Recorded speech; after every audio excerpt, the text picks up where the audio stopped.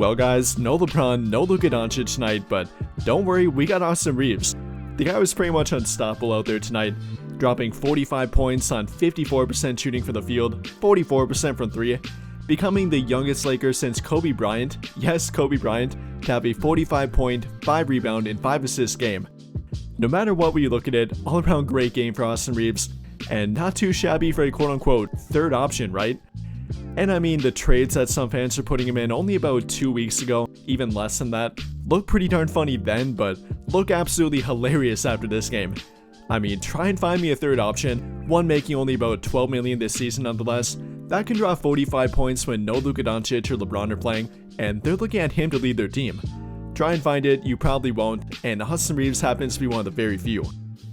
And coming against an Indiana Pacers team that have been really hot lately, literally having the best record in the entire NBA since January 1st, and yes, the entire NBA, they played against a really good opponent and a very good game against a good opponent. And that was now their 5th straight game with 34 plus points during the first quarter. Their defense looked great, especially during the first quarter, holding the Pacers to only 22 points while they dropped 44 points, pretty much running their opponent off the court, playing very fast with a great pace, and it's led to some very good starts to their team lately. Then, like I mentioned, their defense was great tonight, holding Indiana to only 22 points during the first quarter, and all around limiting them in general. I mean, we're talking about a top 3 offense in the entire league here, and they only ended up shooting about 42% from the field, 31% from 3, with 10 turnovers to go with it. I mean, Tyrese Halliburton didn't play that well, had a pretty good fourth quarter, but up until that point really struggled. Andrew Nembhard only had 2 points, and their entire starting lineup, out of it, only one guy scored during the first quarter, that being Benedict Mathurin with 9 points, but nobody else scored a point. And well, I'm not sure how much more I can say about it. Their defense looked great tonight, has been looking very good lately in general, and in fact, they have been the #1 rated defense now during their past 11 games. So with that in mind here, they have plenty of defense, and the talks about them having no defense after trading away Anthony Davis have been completely false, and they are proving that too. Apart from all that though, gotta give a mention to other guys in the team too. Somebody like Rui Hachimura, for example, it happened to be a birthday game for him, turned 27 years old today, so happy birthday to Rui. And with that birthday game, dropped 24 points, including 22 in the first 3 quarters, shot about 61% from the field, and 2 of 3 from beyond the arc. Very impressive, efficient game for him, and much like Austin Reaves, whenever LeBron or Anthony Davis or now Luka Doncic don't play, he definitely does step up for their team. Then after those two, gotta give a mention to Jared Vanderbilt. You know, per usual, can't really find it in the stat book, or at least not very much. Did have 4 points and 6 rebounds, 2 offensive rebounds, but you really had to watch the game to see the full impact. Came in and played great defense, and during the third quarter in particular, when the Pacers won their first one and nearly cut the lead down to 5 points, who knows, they might have taken the lead after that point, Vanderbilt came in and really ended their momentum, giving the Lakers back momentum and directly helped them build their lead back up, which they eventually did need too, as the Pacers went on another run during the fourth quarter. After him though, gotta give a mention to Jordan Goodwin. Only signed with their team a day ago, but looked like he had been a member of their team all season long now, playing about 25 minutes with their team, literally finishing the game for their team, playing over Gabe Vincent, and making a really good impact on the court too. I mean, JJ Redick definitely wasn't lying when he said that he wants to make their G League team a quote-unquote extension of their main team, and Jordan Goodwin proved that out there too.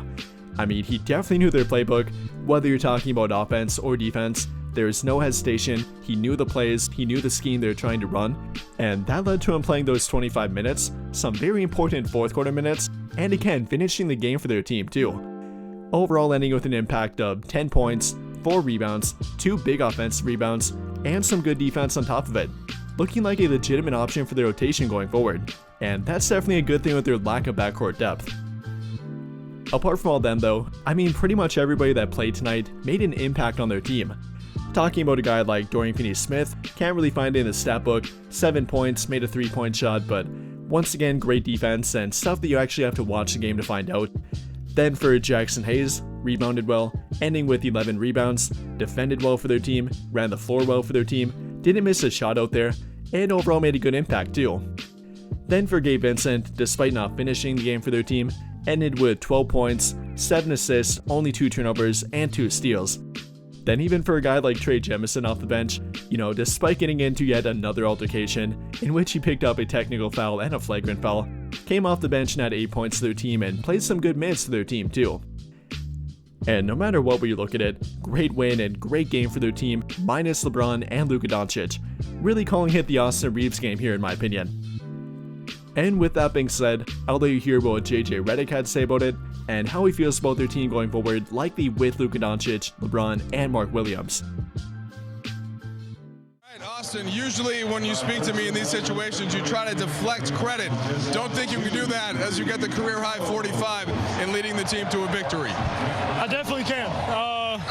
This group came out here shorthanded, no Bron, no Luka, no big fella from Charlotte as he's still going through his process. And that first half was amazing. We played unbelievable the first half.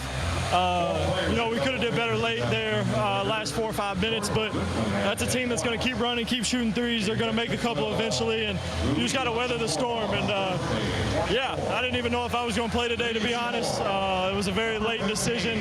I'm happy I could be out here and help the team.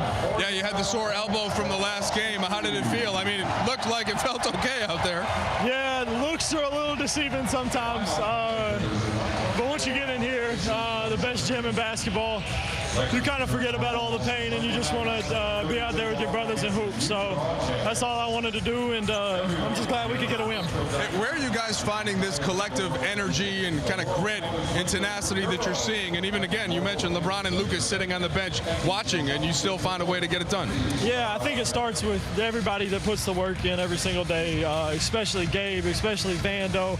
Shake's been super professional. He was out of the rotation, gave us huge minutes tonight, and he's gave us big minutes in the last couple games. I mean, but those two, Gabe and Vando, bring a different dynamic to our team that we've been missing for the last couple years. So, yeah, they're big for us. All right, I'm trying one more time, though. 45. What did you find that was working? Get to the free throw line, the three was falling. You were getting to the rim and finishing. We're like, how about that rhythm that you found offensively? Well, to be honest, I missed a lot of layups. You missed like 3.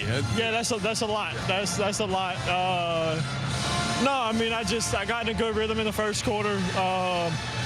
They started throwing different coverages at me, and I just wanted to make the right play, and that's what I hang my hat on. I tell you that every time I talk to you, so that's just what I want to do. I want to play the game the right way. If it's me scoring, cool. If it's someone else scoring, honestly, that makes me even happier. So, like I always say, I'm happy to get the win. All right, go get some ice on that elbow. Appreciate you, champ. I guess a couple of weeks now, but the connectivity of the group, and tonight, no LeBron, no Luka, still able to get a performance like this. How did you see that as a continuation, and what stood out the most? Very much an all hands on deck game for us. I thought our group was very connected on both ends of the floor. I mean, the Pacers require you to exert a lot of effort, and they require you to play hard. And they don't necessarily run a lot of stuff. They run a lot of concepts, and you have to fly around. You have no choice. Thought our veers were great. Our low man was great. The game plan discipline was great. They scored, but they're a really good basketball team. Held them to 42%, 31% from three. They got 26 points in the paint in the second half, but for us to hold that team to 42 points in the paint, hey, we felt like if we could do that, we could win the game.